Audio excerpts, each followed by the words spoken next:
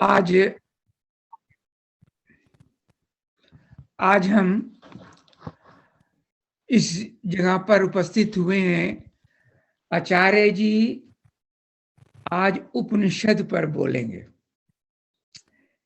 उपनिषद कई हैं, वैसे तो वेद जो है ईश्वर कृत है। इसके बाद में ऋषियों ने शास्त्रों को बनाए और फिर दर्शनों को बनाए, ब्राह्मण ग्रंथों को बनाए, स्मृतियों को बनाए और ये उपनिषदों को भी। वेद के अनुकूल 11 उपनिषदें हैं जो वेद के अनुकूल हैं। उनमें से आचार्य जी पहला उपनिषद का आज व्याख्यान करेंगे, जिसको ईशो उपनिषद कहते हैं। ईश उपनिषद। ठीक है आचार्य जी, अब आगे बढ़िए। ओम। सभी को सादर नमस्ते और स्वागत है। इस श्रृंखला ईशावास्य उपनिषद या ईशोपनिषद, हम सभी अपने ध्यान को एकाग्र करने के लिए सीधे बैठेंगे। शरीर को बिल्कुल शिथिल, आंखें को कोमलता से बंद करके लंबे सांस लेकर के लंबे सांस छोड़ेंगे। सांस छोड़ते समय 3 बार सर्वव्यापक, सर्वज्ञ, न्यायकारी, दयालु परमात्मा का मुख्य निज नाम ओम के माध्यम से जाप करेंगे। So let's sit down straight, close the eyes gently, body totally relaxed. Deep inhale and exhale, and while exhaling, we are going to chant the main name of Ishvar, God, Om. 3 times vocal and 3 times silent chanting. Om.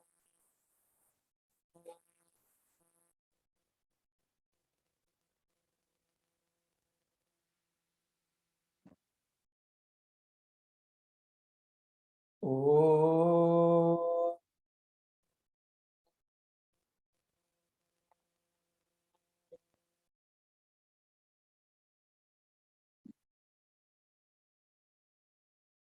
Om.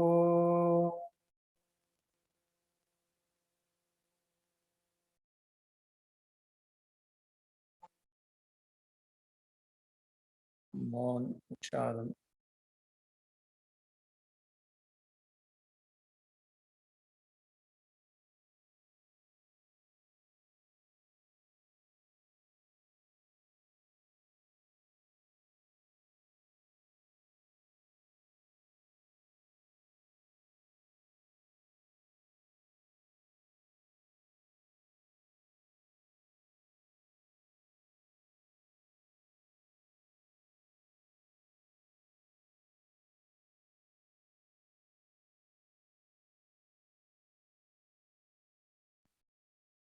ओम सहना भवतु सहनौ भुनक्तु सह वीर्यं करवावहै तेजस्विनावधीतमस्तु मा विद्विषावहै। ओम शांति शांति शांति। दोनों हथेलियों को मिला करके धीरे से घर्षण करेंगे। आंखों को ढक करके पलकते हुए आंखों को हम हथेलियों के नीचे खोलेंगे। ध्यान को बनाए रखें। उपनिषद, उपनिषद 2 शब्द है। समीप बैठना, किसके समीप बैठना? Sitting near whom? It's sitting near God, Ishvar, जो अग्नि स्वरूप है, ज्ञान का भंडार है, God as the light of knowledge, और उस ज्ञान के अंदर हम अपने जीवन को धारण करें. Let's strive to get the knowledge and apply them in life, and that is what the Upanishad means, the true knowledge. Ishopanishad, Kanva Yajurveda के 40वें अध्याय पूरा है उसमें. It's the 40th chapter of the Kanva Upanishad. And if we compare it to the Kanva Yajurved, and if we compare it to the current Yajurved we are using, Madhyandam Yajurved, it's one mantra more and some reclassification or reordering of the mantras. Ishopanishad विषय क्या है? ईश्वर को जानना. और ईश्वर को किसको जानना है? हम मनुष्यों में जो आत्मा है, हर एक मनुष्य में ईश्वर को जान करके, ईश्वर के गुण कर्म स्वभाव जान करके, ईश्वर के मार्गदर्शन पर चल के हम अपने आचरण, आहार, विचार, व्यवहार, उसको ईश्वर के मार्गदर्शन बताए हुए ज्ञान विज्ञान के आधार पर जिएंगे तो हमारा ये मनुष्य जीवन सफल हो जाएगा. क्यों?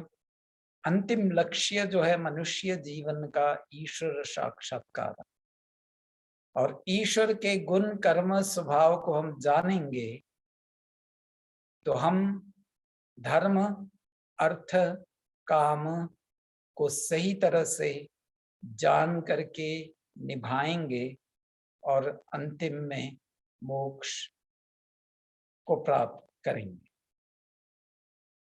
So Ishopanishad is about knowing the gun characteristics, karma, the actions, and Svabhava, nature of God. And knowing these, we'll be able to understand the knowledge of the Vedas, the guidance of the divinity within us, and accordingly tread on the path of dharma, righteous living, artha, righteous earnings, kama, righteous enjoyment, to move on to mukti, moksha, liberation from the cycle of birth and death. I'm going to use both the Yajurved 40th chapter as detailed or explained by Maharshi Dayananda Saraswati and other Upanishads from other authors. First mantra of the Ishopanishad says, Om Ishavasyamidam sarvam yat kincha jagatyan jagat tena tyaktena bhunjitha ma gridha kasya svidhanam. So where this mantra is leading us, Ishavasyamidam, Ishvar sarvatra, sarvada or sarvatha vidyaman. God omnipresent was, is, and will always be present at all times, everywhere in this universe. Sarvatra, everywhere, sarvada, at all times, and sarvatha lays emphasis on was, is, and will be. Now, for that purpose, Ishavasyamidam. God omnipresent, pervading all that exists in this universe. And knowing God existing in all this universe, Ishvar सर्वव्यापक, जान करके ही हम अपने जीवन को सही मार्ग पे लाने को हम प्रयास करेंगे. Knowing God as omnipresent, present everywhere and at all times, this is the only way where we'll stick to the path of righteous living. क्यों? प्रश्न उत्तर की शैली में हम मंदिरों को भगवान का घर समझते हैं. This is the house of God. सिद्धांत क्या कह रहा है? ईशावास्यमिदं सर्वम यत् किंच जगत्यान जगत. God present everywhere and at all times, सर्वव्यापक. इस मंदिर में भी है, इसके बाहर भी है, मेरे अंदर भी है, मेरे बाहर भी. So by omnipresent means God present not only this mandir but beyond the four walls of this mandir, within me and outside me and at all times. So this mandir, calling it as the house of God, is both right and wrong.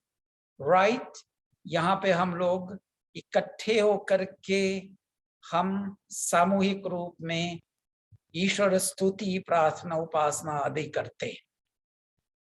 लेकिन अगर दिमाग में हो गया कि मंदिर से बाहर अब हमें ईश्वर से कोई लेना देना नहीं है, तो ये गलत है.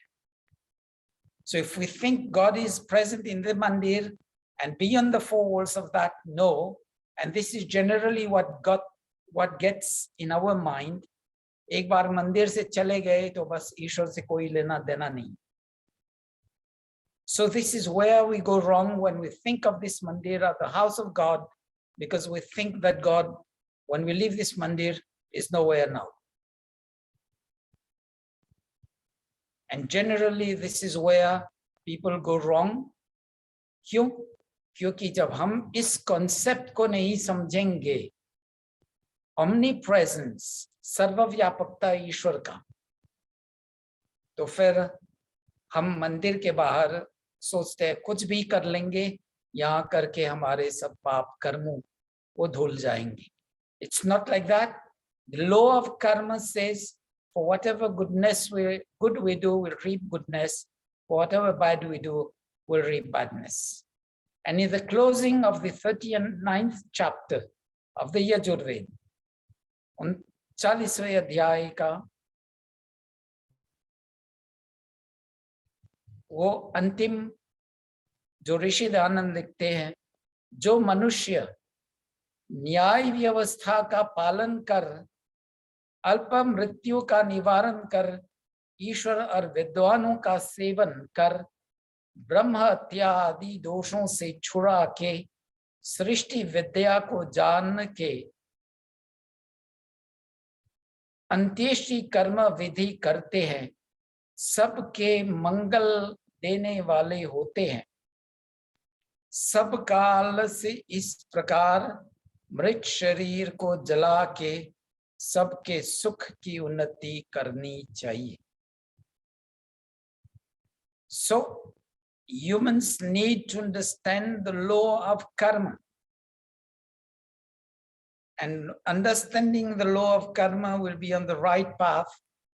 And this is where being on the right path will realize the prayer of Mrityurmam Ritam Gamaya.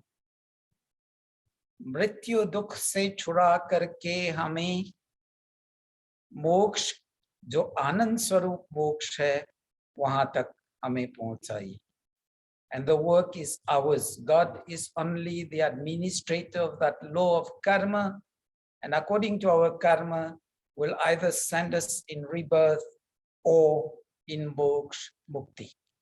But remember, if our karma is on the negative gear, reverse gear, तो हम पीछे के योनि में जाएंगे, will be born in other forms of life. और ब्रह्म हत्या आदि दोषों का जो ऋषि दयानंद वर्णन कर रहा है वो क्या है? वेद विरुद्ध आचरण। वेद में जो ईश्वर के गुण कर्म स्वभाव है उसके विरुद्ध हम माने करें, ये ब्रह्म हत्या है। दूसरा ब्रह्म हत्या जो धार्मिक विद्वानों के बताए हुए मार्ग है, जैसे ऋषि मुनियों का उपनिषद, दर्शन शास्त्र, स्मृति आदि है, उन में जो ब्रह्म विद्या विस्तार किया गया है उसके बिल्कुल विरुद्ध आचरण करना, दैट इज ब्रह्म हत्या। और तीसरा ब्रह्म हत्या अपनी आत्मा की आवाज को मारना। इस पे खुलासा तीसरे मंत्र में आएगा। सो ईशावास्यमिदं सर्वम यत् किंच जगत्यां जगत। ईश्वर सर्वव्यापक और सर्वव्यापक गुण को समझना चाहिए बड़े आसान तरीके से। आपने रसगुल्ले को देखे, रसगुल्ला का जो मिठास है, अगर रसगुल्ला को लेकर के पानी के नीचे रखेंगे नल खोल करके, तो उसका मिठास बिल्कुल गया। यानी मिठास की जो सत्ता है अलग है, घुलता नहीं, घुलता मिलता नहीं है वो चीज बोल के साथ। वैसे ही ईश्वर हमारे अंदर है और बाहर है। रसगुल्ला को जब वो अपने सिरप में रहता है, अपने चाशनी में रहता है, तब तक उसका स्वाद मीठा है, और उसको निकाल करके नल के नीचे डाल दिए तो स्वाद गया। तो वैसे ही ईश्वर को जान करके, ईश्वर हमारे अंदर है, बाहर है, और अगर हमने बस ईश्वर को मंदिर में मान लिए और बाकी जगह पे नहीं, तो हम वही जैसे रसगुल्ला बन जाएंगे जिसको हमने नल के नीचे डाल करके उसका मिठास समाप्त कर दे। फिर जीवन में क्या होता है? उल्टे सीधे काम, शीर्षासन वाले काम, ये जानना चाहिए। The second example is, take a cotton ball, plunge it in water. The water goes into each and every pore of the cotton threads. But then when you remove it and you put it in open air, it dries, the water has gone. The water was and is outside and inside the cotton ball till the cotton ball was dipped in water. And when you remove it, let it dry, the water goes out, the cotton remains the same. So the characteristics, the nature of the cotton ball and the water are two separate things. They don't mix up. Just like the rasgulla and the cheese ball in syrup, if you put it, drain it under running water, the sweetness goes. So Ishvar doesn't mix up with what we do. It's totally independent. Our karma is solely our decision. But remember, सर्वव्यापक ईश्वर के साथ जो अगले गुणों है, और अगर ईश्वर सर्वव्यापक नहीं है तो ये सब गुणों खंडित हो जाएंगे। सर्वव्यापक के साथ सर्वज्ञ, ईश्वर omnipresent, present everywhere, knows everything, every occurrences of this universe. अगर ईश्वर सर्वव्यापक न हो तो क्या होगा?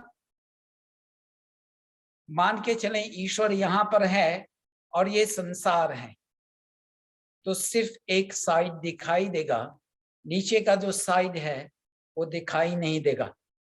तो इन जीव जंतुओं जो नीचे के साइड में है, उनके कर्म फल कैसे देंगे?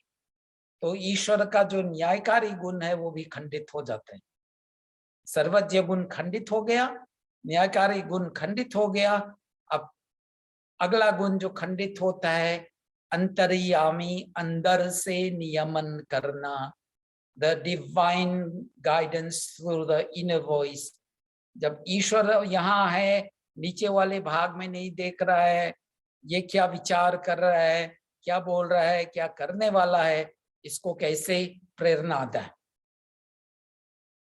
That is the objective of understanding the concept of omnipresence, which rules over all the characteristics, nature of God. Because these are only related, interlinked characteristics. These characteristics are not stand alone. सब एक दूसरे से जुड़े हुए हैं। अब अगला भाग क्या कह रहा है? तेन त्यक्तेन भुंजिथा मागृधकस्य स्विद्धनम। तेन त्यक्तेन भुंजिथा मागृधकस्य स्विद्धनम। ईश्वर जो सर्वत्र है, हम उसको जाने, उन्होंने इस संसार को बनाया है, चला रहा है और अंत में इसको प्रलय देगा। ईश्वर as the creator of the universe, sustainer, ultimately dissolver of the universe when it comes at the end of the life cycle.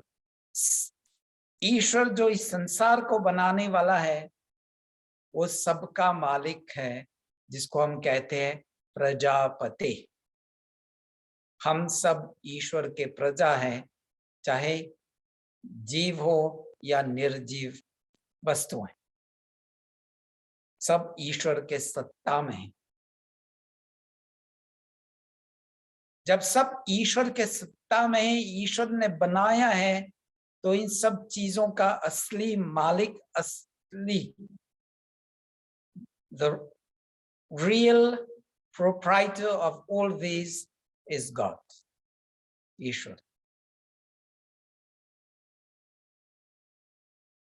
And when all these are to Ishvar, what is our duty now? Make proper use of that. Tyena tyaktena bhunjita.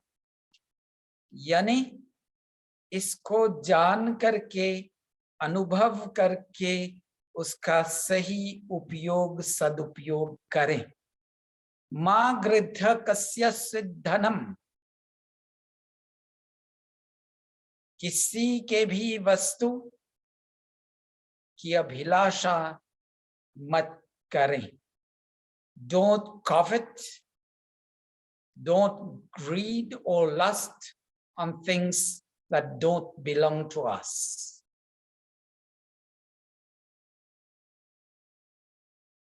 क्यों? सभी ने शायद सिकंदर की बात सुनी होगी। सिकंदर बड़े क्रूर, अत्याचारी आदि सब थे। कई लूट मार करके, कई महिलाओं का भी शोषण करके अपने राज्य को स्थापित किए। अंतिम समय में उसने क्या कहा? जब मेरे जनाजे उठेंगे, मेरे हाथ जो है बाहर रख दो। क्यों? लोग जाने कि इस दुनिया से मैं कुछ नहीं ले जा रहा हूं। I'm not taking anything else with me when I'm leaving this world. तो फिर अपने me, mine and myself, क्यों इस ईगो पे हम ड्राइव करें अपने जीवन को? इसलिए जब हम ईश्वर स्तुति, प्रार्थना, उपासना करते हैं, जस्ट टू बी हम्बल, अपने में विनम्रता लाने के लिए। क्यों? क्योंकि इस संसार का असली मालिक एक है, ईश्वर।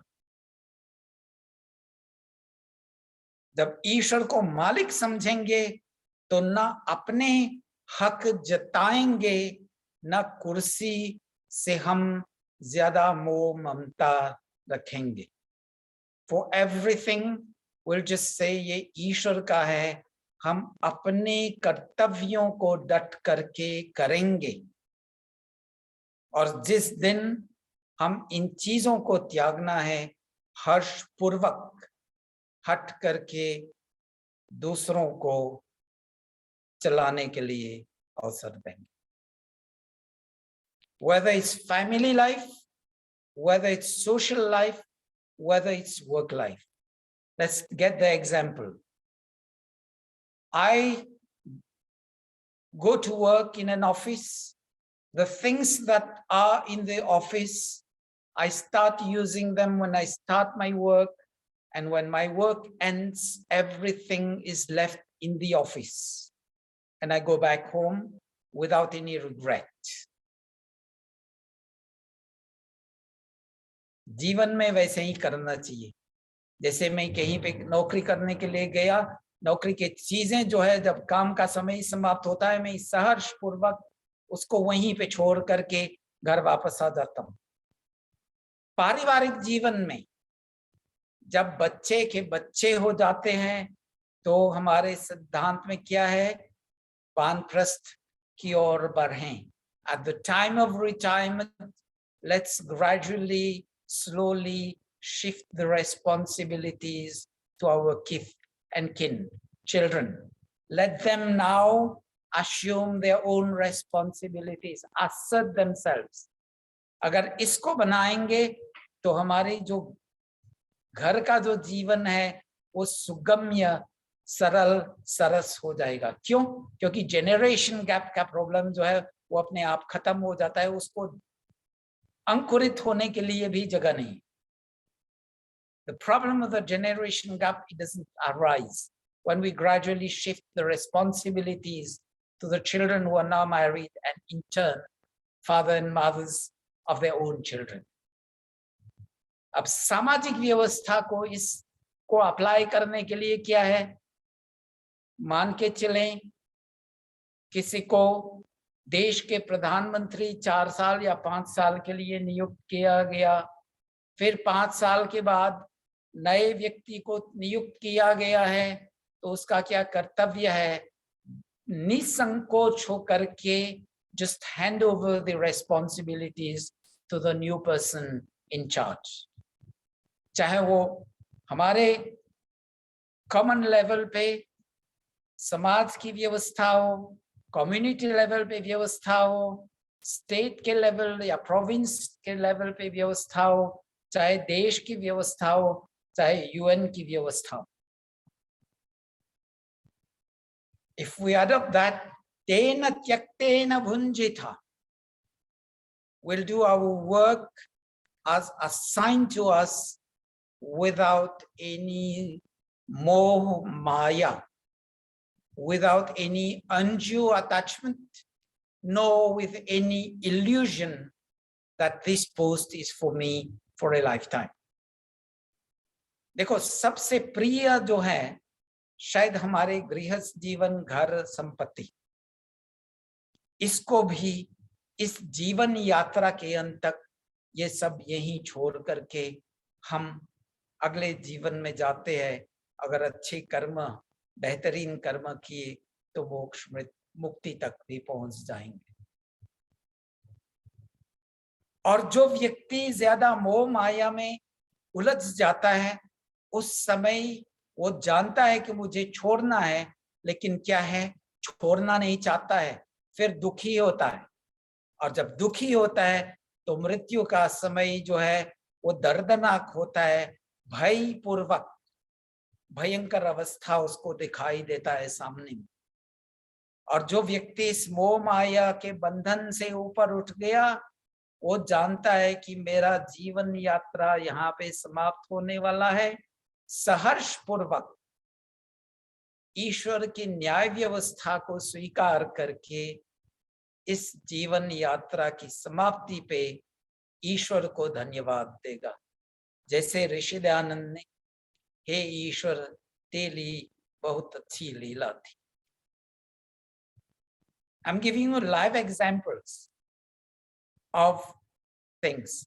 If we get attached and engrossed in the day-to-day life, and with undue attachment and illusion that we are going to be eternal, and when the last minute of our life, we reach the end of this lifetime, then fear overtakes us, because we thought that we were eternal.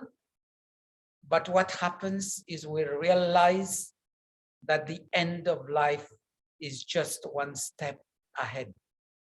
Frustrations now start coming up, and regret because we didn't choose the appropriate path of life. That's why it says, संसार की समस्त वस्तुओं को भोगते हुए यह भावना रखनी है, ये सब वस्तुएं ईश्वर का है, मैं सिर्फ भोगता हूं, प्रयोग का अधिकार मेरे पास है। और फिर मां गृध कस्य धनम, अगर ये धन मेरा नहीं है, ईश्वर का दिया हुआ है, तो कौन सा मोह और माया। फिर हम इसका सही उपयोग, सदुपयोग करके अपने कर्तव्य को जान करके हम सदैव सुकर्म करेंगे। और फिर न वेद की, न ब्रह्म विद्या की, न अपने अंतरात्मा के विरुद्ध कुछ भी नहीं करेंगे। We'll never go against the teaching of the Vedas, nor the teaching of the spiritual knowledge in the Smriti, Darshan, Shastra, and Upanishad, etc. No, even going against the inner voice, the guidance of the divinity within us. और इसको समझ लेंगे, आगे के मंत्रों को समझना सहज है।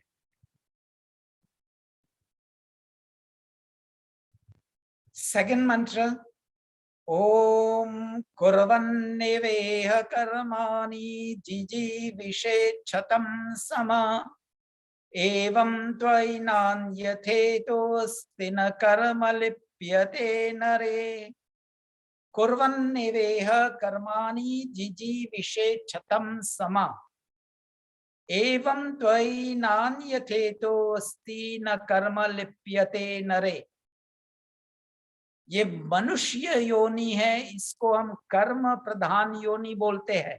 क्यों? क्योंकि आलस्य को छोड़कर, क्यों, परमात्मा सर्वव्यापक है, वो मुझे देख रहा है, सुन रहा है, जान रहा है, तो मुझे आलस्य में नहीं पड़ना है, बस अपने कर्मों को करते जाना है। कर्मशील हम बने। Let's be or affirm ourselves on our duties and responsibilities, shun negligence and carelessness. परमात्मा की यही आज्ञा है, उसको मान करके शुभ कर्मों को करते जाएं और अशुभ कर्मों को न करें, न उसके जाल में फंसें। ब्रह्म विद्या का सेवन अगर करेंगे तो हम सही मार्ग पे हमेशा रहेंगे। अच्छी शिक्षा दीक्षा, ब्रह्म विद्या is not only about spiritual sciences, it tells us spiritual and material sciences both at the same time. वरना वो नहीं आता क्या, मां गृध कस्य सिद्धनम, धन की लालच मत कर, लेकिन there is no restriction on earning righteously. क्यों? हम जानते हैं, शंदो देवी अभीष्टया आपो भवन्तु पीतये। अभीष्ट सांसारिक सुख के भोगी के भागी हम बने और पीति पीतये आध्यात्मिक सुख के भी हम भागी बने। तो सांसारिक सुख और आध्यात्मिक सुख के भागी बनने वाले क्या करता है? वो अपने कर्मों को करते जाता है, धर्म अर्थ काम, और उसके लिए सही ज्ञान होना, जिजी विषय छतम समा, जिजी विषय छतम समा, जीवन की जो इच्छाएं हैं वो सद इच्छाएं हो, सत्य इच्छाएं हो, धर्मयुक्त हो, और धर्मयुक्त इच्छाएं होंगे तो धर्मयुक्त कर्म होंगे, और धर्मयुक्त कर्म होंगे तो धर्मयुक्त फल मिलेगा, और अंतिम मोक्ष जो है, I always give that example. आज के जो इंटेलिजेंट बिल्डिंग है, हम वहां पे जाते हैं, दरवाजा स्वयं खुलता है, there is the sensor that detects the human body. उसके सामने कुत्ता आएगा, हाथी आएगा तो वो खुलेगा नहीं, लेकिन बच्चा आएगा तो खुल जाएगा।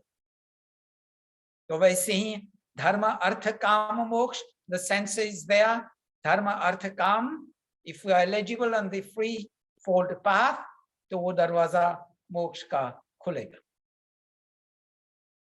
But the conditions are there, मा गृध कस्य सिद्धनम, और ये वाला मंत्र क्या कह रहा है?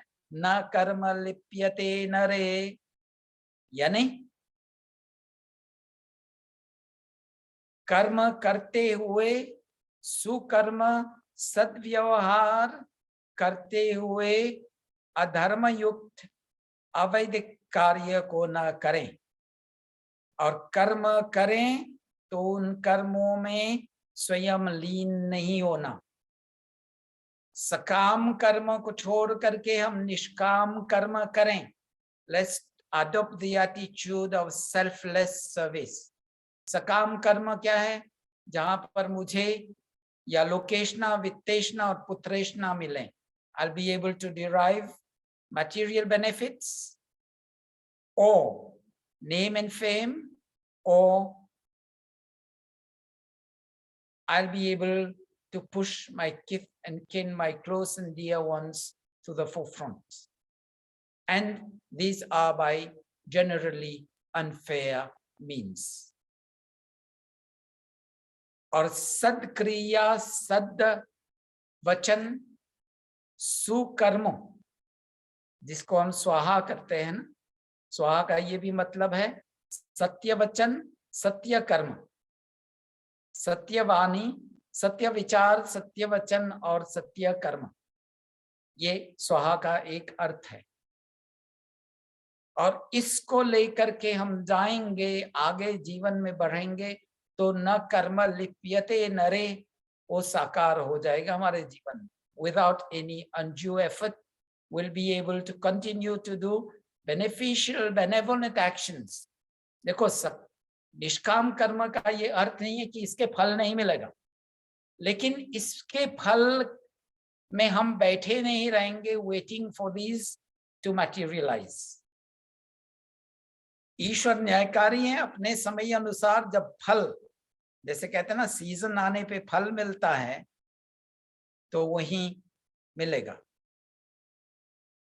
वैदिक धर्म, सनातन धर्म ये नहीं कहता है कि जो कर्म हम करेंगे, निष्काम कर्म, वो बेकार का नहीं, उसका फल अवश्य मिलेगा, इस जीवन में नहीं तो अगले जन्म में।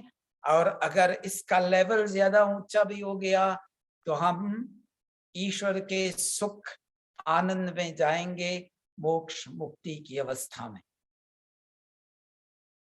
तो ऋषि दयानंद जी क्या लिखते हैं?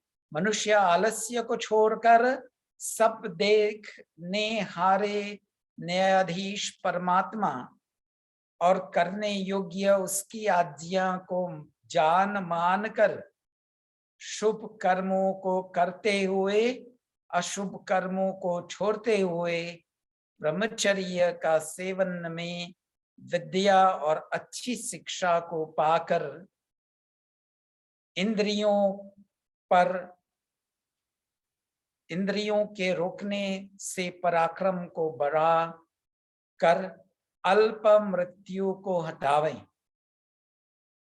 युक्त आहार विहार से 100 वर्ष की आयु को प्राप्त होवें। जैसे जैसे मनुष्य सुकर्मों में चेष्टा करते हैं, वैसे वैसे ही पाप कर्मों की बुद्धि की निवृत्ति होती और विद्या अवस्था और सुशीलता बढ़ती है। कुर्वन्नेवेह कर्माणि जिजीविषेच्छतं समा। 100 साल तक जीने की इच्छा करें। एवं त्वयि नान्यथेतोऽस्ति एक ईश्वर, नान्यथेतोऽस्ति एक ईश्वर की सत्ता और उसकी न्याय व्यवस्था को जान करके हम अपने सुकर्मों में आगे बढ़ते रहें। तो ये वेद और ईशोपनिषद के 2 मंत्र आज हमने कवर किए। 20 मिनट आगे हैं। I leave the floor open for question and answers. अपने को अनम्यूट करके फिर you can put the questions. I'll be listening to you, but when I'll be answering, just please mute yourself again.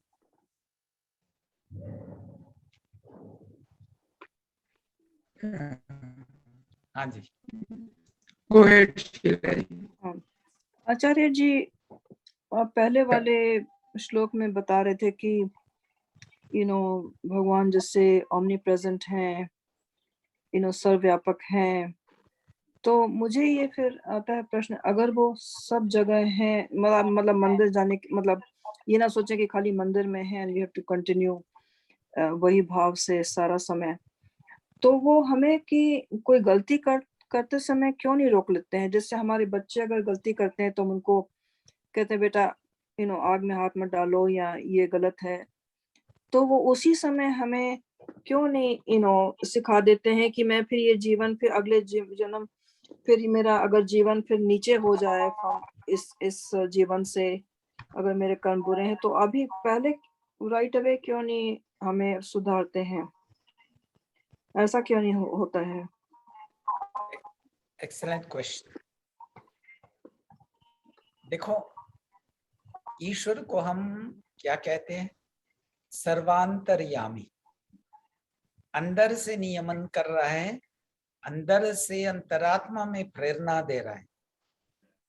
लेकिन हमारे क्या आदत बनी, अपने की आत्मा की जो आवाज है ना, हमने धीरे धीरे उसको दबा दिए, और जब अंतरात्मा की आवाज को हमने दबा दिए तो अंतरात्मा की जो आवाज है ऐसी स्थिति बन गई, उसको सुनना ही नहीं है। जब हम अपने अंतरात्मा की आवाज को हम सुनते नहीं हैं, बस ईश्वर की जो सर्वांतर्यामी गुण है, क्योंकि हमारे पास फ्री विल है, कर्म करने की स्वतंत्रता है, तो कर्म करने की स्वतंत्रता जो है, अगर ईश्वर की जो अंतर्यामी गुण है, अंदर से नियमन करना है, प्रेरणा दे रहा है, अच्छे कर्म करेंगे, तो अगर कर्म करने से पहले थोड़ा सा पोज दे दें, 15 सेकंड, 30 सेकंड, 1 मिनट का अंतरात्मा की आवाज को सुनने का प्रयास करें। अच्छे कर्मों पे ईश्वर हमारे अंदर उत्साह, उमंग, उल्लास आदि की जो प्रेरणा है वो दे रहा है, और अगर बुरे कर्म है तो अंदर से भय, शंका, लज्जा है। तो अगर उसके आधार पे हम अपने जीवन को आगे बढ़ाएंगे, तो एक तरह से ईश्वर ने हमें प्रेरणा दी। ईश्वर अगर हमारे हाथ को पकड़ेगा तो ईश्वर के कर्मों भी हो जाएंगे, तो फिर कर्म फल के सिद्धांत पे हम अकेले नहीं, हमारे कर्म करने की स्वतंत्रता है, इसलिए ईश्वर न्यायकारी है, administrator of the system, but he cannot intrude on our karma. Because if Ishvar now intrudes in our karma, then the karma is also for Ishvar. Then for the goodness we do, Ishvar will have to reap some of it, and for the badness that we do, Ishvar will have to reap for that. लेकिन ईश्वर की सत्ता अलग है. जैसे मैंने बताया था रसगुल्ला और चाशनी की, cotton and water like this. तो ईश्वर घुलता मिलता नहीं है हमारे कर्म में, बस प्रेरणा देता है. उस प्रेरणा को लेना है या छोड़ना है, हम स्वतंत्र हैं. We are free to follow or to ignore the guidance of God. But then we are not free to choose the outcome of our karma. कर्मों के फल चुनना हमारे स्वतंत्रता नहीं. धन्यवाद. थैंक यू जी, धन्यवाद. आचार्य जी, इसमें ये ऐड हो सकता है इस प्रश्न में कि ईश्वर ने हमें हम लोगों को, इंसान जो है उसको बुद्धि दी है चूज करने के लिए what is right what is wrong, कुछ भी कर्म करने से पहले. देखो, हम प्रार्थना में भी बोलते हैं ना, धियो न प्रचोदयात्, ईश्वर हमारी बुद्धि को श्रेष्ठ मार्ग पर ले चलें. हाँ जी. और उस प्रार्थना के हिसाब से क्या होता है, ईश्वर हमेशा हमें प्रेरणा दे रहा है सही मार्ग पे जाने के लिए, लेकिन हम अपने बुद्धि को सद्बुद्धि बनाएं तो, अगर उसको मंद बुद्धि बना दिए तो उसका क्या नतीजा निकलेगा. बुद्धि में भी 3 तरह के बुद्धि हमारे सनातन धर्म बताते हैं. एक लक्कर बुद्धि, दूसरा रब बुद्धि और तीसरा तेल बुद्धि. लक्कर बुद्धि, इसको आप कुछ भी करो वो चेंज नहीं होगा. रब बुद्धि आप खींचेंगे फिर छोड़ेंगे वापस आ जाएगा. That also you can't do any impact on that. और तेल बुद्धि क्या है, जो भी खाली स्थान है वो उसमें चला जाएगा. तो अगर हम बुद्धि को भी वैसे ही बनाएं, जो जो अच्छे कर्मों हैं उसमें हम अपने आप को उस ढांचे में डाल दें, तो हम सही मार्ग पे चलेंगे. यू आर राइट, क्योंकि बुद्धि को, मनुष्य योनि को ये सबसे सर्वश्रेष्ठ ईश्वर की ओर से प्रदान दिया गया. We need to make efficient and effective use of that intellect power. धन्यवाद. धन्यवाद.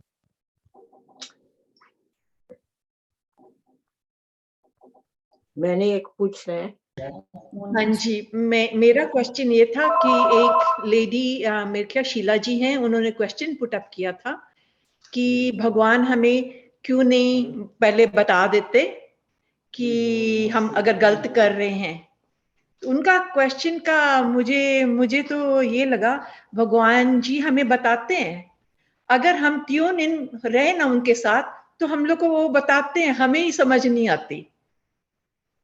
आपका क्या विचार है इसका आचार्य जी, जो मैं कह रही हूँ? मैंने बताया था ना कि ईश्वर हमें प्रेरणा के माध्यम से बताते हैं, लेकिन उस प्रेरणा को पकड़ने के लिए हमने पूरे प्रयत्न या अभ्यास नहीं किए. देखो, जब बच्चा छोटा है तो उसको चलने के लिए उसके अंगुली पकड़ते हैं, कदम पे कदम मिला करके उसके साथ चलते हैं, फिर कॉन्फिडेंस में आता है तो वो दौड़ने लगता है.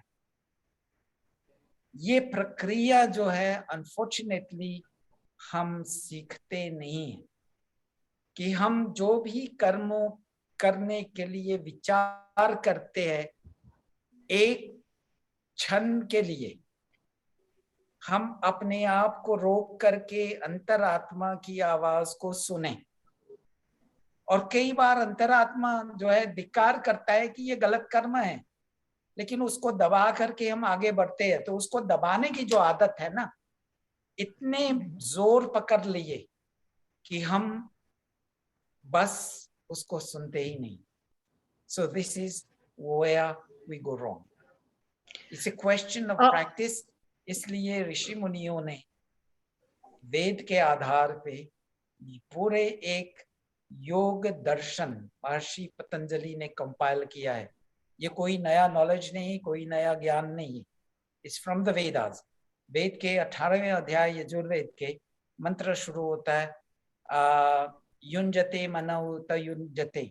युज शब्द यानी हम ज्वाइन करें. किस चीज को ज्वाइन करें? आत्मा और परमात्मा का. और ये काम हमारा है, परमात्मा का नहीं है, क्योंकि परमात्मा सर्वव्यापक है. ऑलरेडी हमारे अंदर है, बाहर है.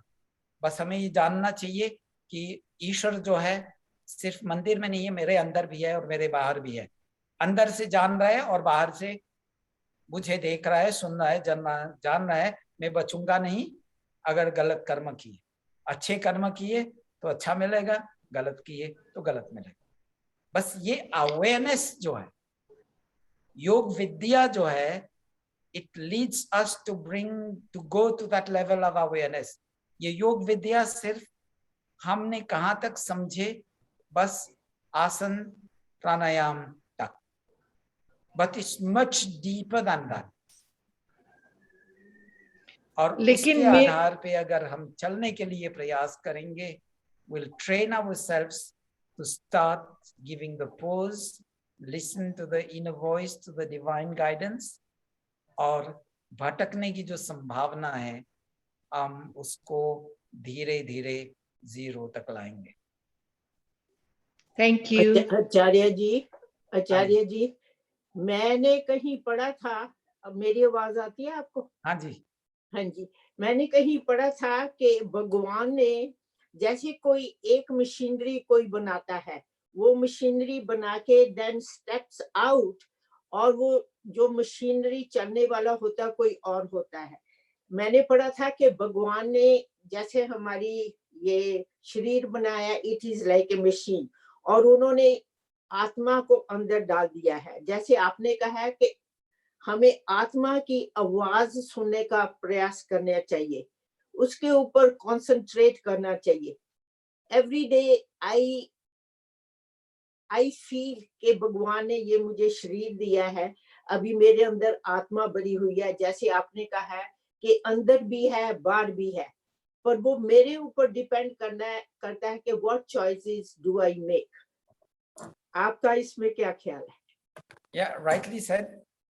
The choice is mine. Yes. देखो, आपने जो एग्जाम्पल दिया है ना मशीन का, हाँ जी, मैं इससे थोड़ा सा आगे बढ़ाता हूँ.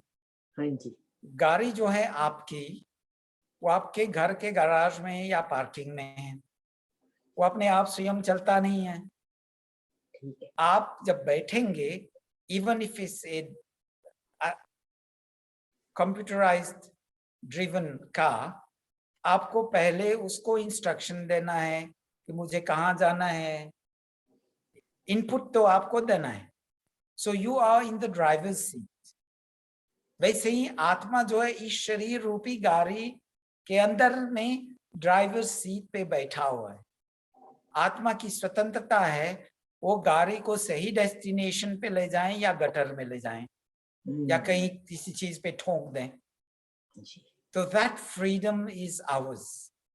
And unfortunately, most of the time, हमारे awareness ही नहीं है कि we are in total control to what destination we want to reach. इसलिए ऋषियों ने वेद विद्या को सिंपल गृह सूत्र, ब्राह्मण ग्रंथ, उपवेद और उपनिषद जो है वेदों का सार हमें दिया, उस ब्रह्म विद्या. थैंक यू, धन्यवाद. आचार्य जी, I have a question. Usha, Yes. जैसे बहन ललिता ने बोला कि this example of the car parked in a driveway, we are using the body sitting and the atma is there. So इसके बारे में मुझे कुछ बोलना है. अगर आत्मा और इंटेलेक्ट है हमारा, अगर वो intellect, do we mix atma and intellect? Intellect we have to train it, वो बुद्धि को हमें ट्रेन करना पड़ता है with education, knowledge and everything. तो आत्मा इस पर कैसे, how does आत्मा react with the बुद्धि? Correct point to be clarified.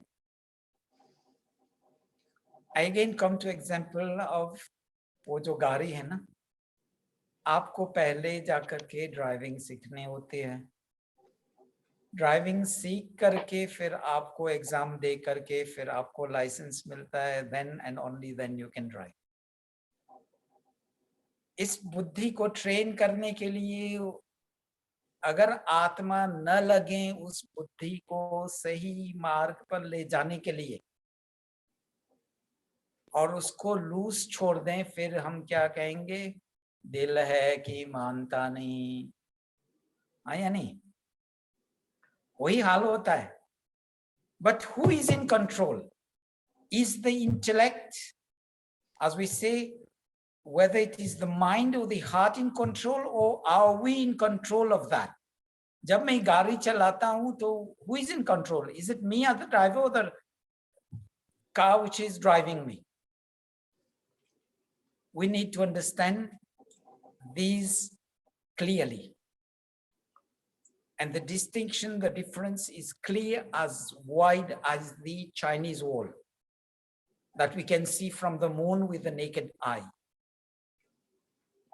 लेकिन देख करके भी अनदेखा कर लेते हैं, और देख करके जब अनदेखा कर लेते हैं वहीं पे मार खा जाते हैं. The soul, Atma, in total control. But when we give the keys of that control to things that should be within our control, we hand over that control, we are lost. जैसे मैं आपको बताता हूं, again taking an example, मेरे कर्म जो है वो मेरे अधीन है, मेरे कंट्रोल में. I have total control over my thoughts, over my words and over my actions. सामने वाले व्यक्ति क्या सोच रहा है, क्या बोलेगा और क्या करेगा, ये मेरे कंट्रोल में नहीं है. अब उनके कर्मों को लेकर के मैं दुखी हूं, क्यों? वो तो अपना कर्म है, उसका फल उसको भुगतना पड़ेगा, मैं क्यों दुखी हूं?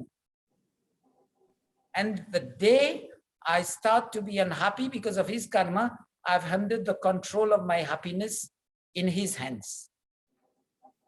मेरे सुख की चाबी मैंने उसको सौंप दिया, अब वो जैसे मुझे नचाएगा मुझे नाचना पड़ेगा. बुद्धि, मन, चित्त आदि जिसको हम कहते हैं वो सब जीवात्मा के कंट्रोल में. It's a question of slowly, gradually getting the knowledge, train ourselves that we are the masters of our destiny. एक दिन में नहीं होगा. I always give the example of Olympics. Usain Bolt, who is very famous for running the sprint, 100 meters and 200 meters race, he practiced over 4 years, morning, during the day, afternoon, evening, to run for not even 10 seconds to get the 100 meters race, and not even 20 seconds for the 200 meters race, to win the gold medal. Practice regular, Nairantarya, Drirkal, long time, or fair, with lots of passion, dedication.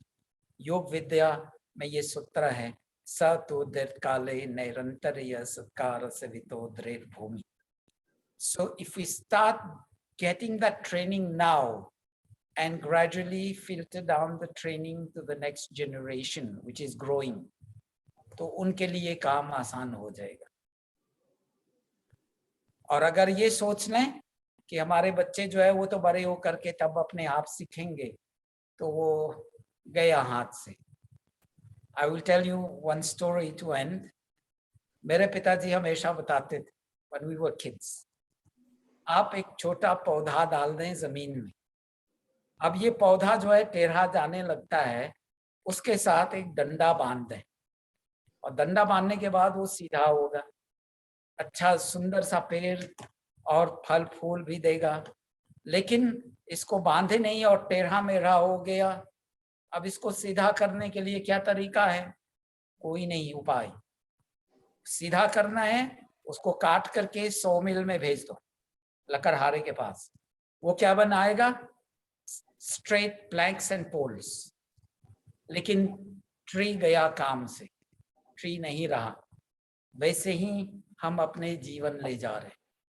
Instead of correcting, adjusting, जैसे आपके पास driver assisted गाड़ी है, आपको क्या करना चाहिए? You have to make the choices of times. जहाँ पे ट्रैफिक जाम है, it tells you, do you override the traffic jam, take reroute? Then you have to say yes, it reroutes you. Even सामान्य गाड़ी पे जब आप Google map को follow कर रहे हैं, it gives you there's a jam in front and you may be stuck for about half an hour, 1 hour. It says, okay, you can reroute. You have to choose the option of rerouting. हम जीवन में वही फंस गए कि टेढ़ा जा रहा है, हम कह रहे हैं बहते जाना है, और उसी शैली में हम बह गए और जहां पे पहुंचना है वहां पे मिस कर ली। And we've grown up like this by small stories told to us by my father. And thanks to the parents for their guidance, thanks to the gurus, the mentors, to the rishis, who transmitted the knowledge of the Vedas in simple form to us, and thanks to Ishvar God for having given us the knowledge of the Vedas at the creation of the human species. Thank you, Acharya ji. So समय को ध्यान में रखते हुए समय हो गया है। I'll close the session of today. समय हो गया पूरा। आप सभी लोगों को उपस्थिति और ध्यान के लिए धन्यवाद। हम मन ही मन में ईश्वर को धन्यवाद दें, जिन्होंने हमें अवसर दिया आज का इस ईशोपनिषद की श्रृंखला में भाग लेने के लिए। ज्ञान विज्ञान जो माता पिता गुरुजनों ऋषि मुनियों के माध्यम से हम तक पहुंचे,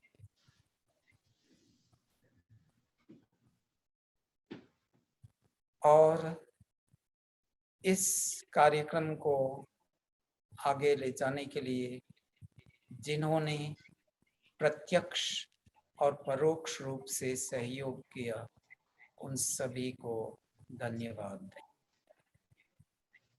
एक बार ओम जाप और शांति।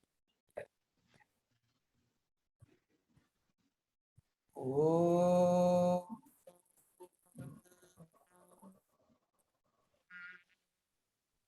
शांति शांति शांति। सभी को सादर नमस्ते। ध्यान के लिए धन्यवाद।